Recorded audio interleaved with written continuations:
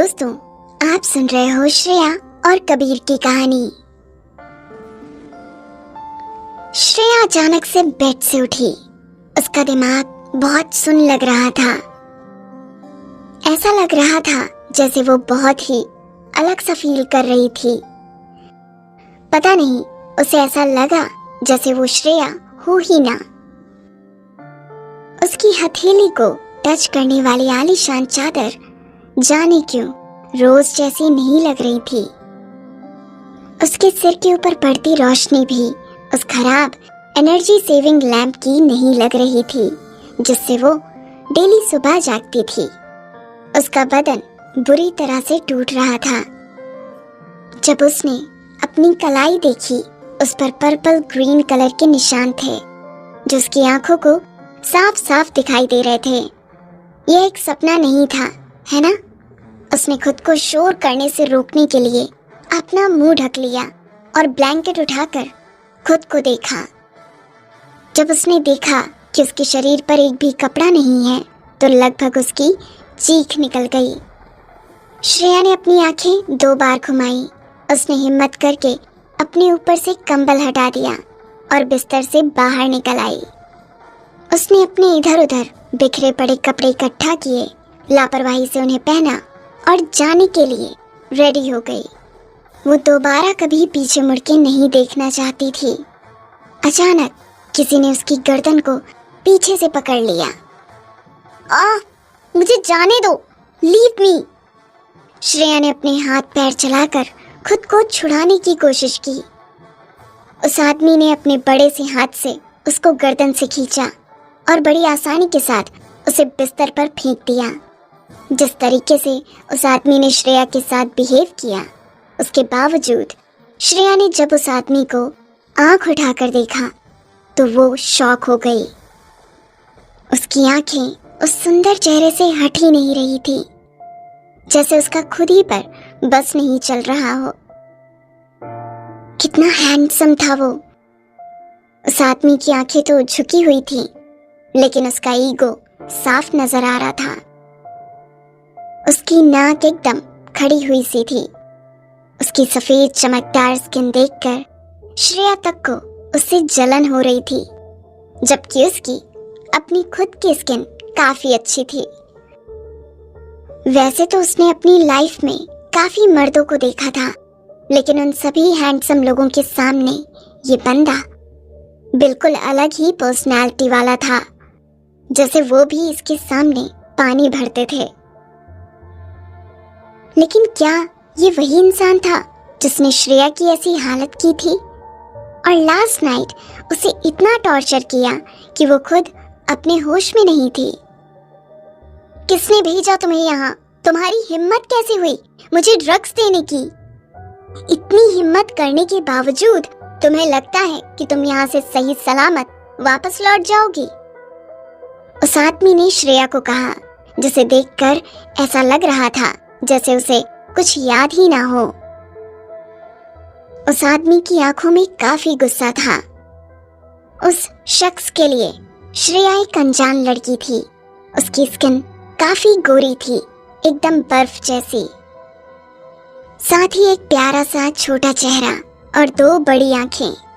उसकी पलकें आपलक उस आदमी को ही घूरे जा रही थी, जिसका नाम कबीर था। श्रेया अपनी आंखों के साथ अपने सिर को तेजी से हिलाने लगी।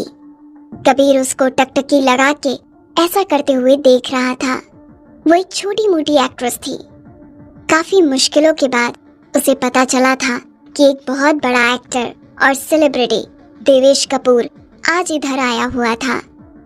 इसीलिए वो खास तौर पर कुछ ड्रग्स लाई थी जिससे कोई भी अपना होश खो दे। लेकिन उसने उन ड्रग्स को पानी में मिला दिया था, ये सोच के कि देवेश कपूर का फायदा उठा सकेगी। लेकिन उसने गलत इंसान को ड्रग्स दे दिया था। उसके सामने जो इंसान था वो बेशक बहुत हैंडसम था, लेकिन ये कंफर्म था कि ये टॉप सेलिब्रिटी देवेश कपूर नहीं था। उस आदमी ने दोबारा उसे बाजू से खींच के जमीन पे गिरा दिया। तुम क्या कर रहे हो? What do you think? मैं अभी भी यहाँ पड़ी होती अगर मैंने तुम्हें ड्रग्स दिए होते। तुम्हें जरूर कोई कंफ्यूजन हुआ है। इस वक्त जो इंसान सबसे ज्यादा मुश्किल में है वो मैं हूँ। Got it? गिरने की वजह से उसकी बाजुओं में और उसकी बॉडी के और भी हिस्सों में दर्द हो रहा था। सबसे बदतर उसकी बॉडी के लोअर पार्ट में जो पेन था उसे इग्नोर नहीं किया जा सकता था। गुस्से में वो जोर से चिल्लाई। जिसे मुझे बेहोश करना था वो इंसान कोई और था। तुमसे इस सब का कोई लेना देना नहीं है। तुम्हें लगता है तुम इस लायक हो कि मैं तुम्हें ड्रग दूंगी? मैं यूं ही किसी भी ऐरे गहरे पे हाथ नहीं डालती। मुझे मेरे ड्रग्स के पैसे वापस करो जो तुम पर बर्बाद हो गए। व्हाट? गलत इंसान को ड्रग दे दिया? कबीर कपूर के चेहरे पर टेंशन आ गई। उसकी आईब्रोज तन गई। उसकी काली चमकदार आंखें इस गंदे कपड़े पहने हुए लड़की को घूर रही थी। उसके सफेद अधनंगे कंधे पर उसके घाव और भी ज्यादा उभर कर दिख रहे थे, जैसे उसकी नाजुक सफेद स्किन पे नए फूल खिल रहे हों। कल रात की यादें उसके दिमाग में दोबारा घूमने लगी। उसके पेट का निचला हिस्सा फिर से गर्म हो गया और उसे दोबारा अपने शरीर में एक अलग सा एक्साइटमेंट फील होने लगा। उसने अपनी नजरें उस लड़की से हटाई। उफ, ये लड़की, इसकी हिम्मत कैसे हुई मुझे ड्रग देने की, वो भी इतना तेज असर करने वाला ड्रग। उसके कुछ पलों की बेसुधी ने श्रेया को फायदा उठाने का मौका दिया। वो अंधाधुन तेजी से बेड से जंप करते हुए उतरी और उस लड़के को खुद से दूर धकेल दिया। बिना पीछे मुड़ के देखने की हिम्मत किए वो वहां से भाग गई। उसकी सिसकियां सुनने पर वो चिल्लाई, क्या देख रहे हो तुम? अपना काम करो, खुद को देखो। तुम! कबीर कपूर पीछे मुड़कर उसे पकड़ने ही वाला था कि उसे अपने शरीर में कुछ अलग ही तरह की बेचैनी महसूस हुई। Damn it! उसने जोर से चिल्लाया। उसने फिर कसकर अपनी मुट्ठी बंद की और खुद को रोकने की कोशिश की। बाहर से तेज आवाजें अंदर आने लगी। रजत ने पीछे मुड़कर देखा क्योंकि वो इतना ज्यादा हैरान हो गया था कि उसका मुंह तक बंद नहीं हो पा रहा था। ये अभी अभी यहाँ क्या हुआ? बाकी सब बातों में सबसे हैरानी वाली बात ये है कि एक लड़की ये बिखरे हुए से मैले कुचैले से कपड़े पहन के सर के कमरे से बाहर क्यों भागी? रजत, जो कि कबीर का असिस्टेंट था, उसने कमरे में घुसते ही कबीर से कहा, सर, वो दूसरे साहब ने फोन किया था आपसे ये पूछने के लिए कि आपको ये कमरा ठीक लगा या नहीं। लेकिन कल रात आप जैसे ही कमरे में आए आप तुरंत सो गए थे और सब ऑर्डिनेट्स ने आपको परेशान करना ठीक नहीं समझा। असिस्टेंट ने प्रेसिडेंट सर को आपके शेड्यूल के बारे में इन्फॉर्म कर दिया है। वो आपका इंतजार कर रहे हैं। और सर, वो जो लड़की मैंने पहले देखी वो... अपना मुंह बंद करो। कबीर कपूर ने अपनी आंखें ऊपर उठाई। उसकी आंखें गुस्से से बड़ी हो रही थीं। रजत ने तुरंत ही अपने सारे सवालों और शक को अपने अंदर ही खत्म कर दिया। ये सवाल जो उसके मन में कभी होने ही नहीं चाहिए थे।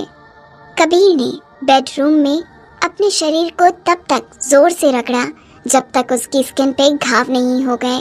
उसके बाद ही उसने खुद को आईने में देखा और जोर से चिल्लाया, आह! सर, मैडम आई हैं। रजत ने धीमी आवाज में कबीर को याद दिलाते हुए बाथरूम के बाहर से कहा। उसकी आवाज में घबराहट साफ जाहिर थी। कबीर ये सुनते ही जम गया। उसकी माँ का ऐसे वक्त पर आना कोई गुड न्यूज़ तो बिल्कुल भी नहीं थी। कबीर ने दरवाजा खोल के देखा तो बाहर जो स्टाइलिश औरत खड़ी थी वो सदमे में उस बिखरे हुए बेड को देख रही थी। बिखरी हुई बेडशीट जो बिल्कुल भी ढंग से बिछी हुई नहीं थी, किसी को भी साफ इशारा कर दे कि कल रात उस कमरे में क्या हुआ होगा। कबीर की आंखें काली पड़ गई थीं। उसने बाथरोब उठाया और अपनी बॉडी पर जल्दी से उसे ओढ़ लिया। मैं जानता हूँ मॉम, आप क्या पूछना चाहती हैं, लेकिन इस वक्त मेरे पास बिल्कुल वक्त नहीं है। मैं आज बहुत बिजी हूँ। आखिर कविता कैसे नहीं पूछती, वो अपने इमोशंस को अपने चेहरे पे आने से कैसे रोक सकती थी। कबीर को देखते हुए उन्होंने बेड की तरफ इशारा करके पूछा, कबीर मैं सब पहले से ही जानती हूँ, तुम किसी लड़की के साथ सोए हो यहाँ। कबीर ने गुस्से में दरवाजा खोला और रूखी आवाज में बोला, क्या खुद को इस मामले से दूर रख सकती हैं आप? मैं कैसे फिक्र ना करूं कबीर, तुम्हें इस लड़की से जरूर शादी कर लेनी चाहिए। तुमने जो उस लड़की के साथ किया, तुम्हें अपनी जिम्मेदारी का एहसास होना चाहिए। कबीर जानता था उसकी माँ यही कहेंगी। मॉम, मैं उस लड़की से शादी नहीं करूंगा। मैं पागल नहीं हूँ, मैं उसे जानता तक नहीं, मुझे उसका नाम तक नहीं पता। वो बस एक अजनबी थी। उसका नाम श्रेया है। वो 23 साल की है। वो सिंघानिया ग्रुप के सिंघानिया खानदान की नाजायज बेटी है। उसकी 2 बड़ी बहन और एक छोटा भाई है। उसकी माँ जब श्रेया छोटी थी तभी मर गई थी और उसका बाप उसकी फिक्र नहीं करता। वो सिंघानिया विला में रहती है, लेकिन उसको सिंघानिया फैमिली से कोई पैसे नहीं मिलते। मॉम, कबीर बिना हिले वहीं खड़ा रहा। उस लड़की के बारे में याद करके उसको और भी ज्यादा गुस्सा आ रहा था। क्या तुम अभी भी उस काव्या के बारे में सोच रहे हो? मैं तुम्हें अब भी बता रही हूँ, तुम्हारे और उस काव्या के बीच में कुछ नहीं हो सकता। तुम इतने सालों से उसके साथ हो, लेकिन आज तक तुम उसे छू तक नहीं पाए।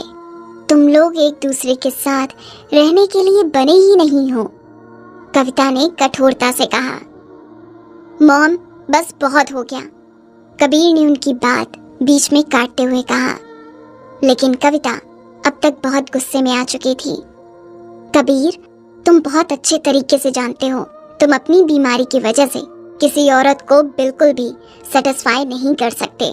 हमारी फैमिली ने इलाज की सारी तैयारियां लगभग पूरी कर ली है ताकि तुम्हारा अपना बच्चा हो सके, लेकिन आज तुमने एक लड़की को छुआ। इसका सीधा मतलब यही है कि वो तुम्हारे लिए बनी है, वो तुम्हारे सबसे लायक है। क्या कबीर के ऊपर उसकी माँ की बातों का असर हो पाता है? क्या कबीर कोई फैसला ले पाता है? ये जानने के लिए सुनते रहिए मुझे यानी आरजे खुशी को।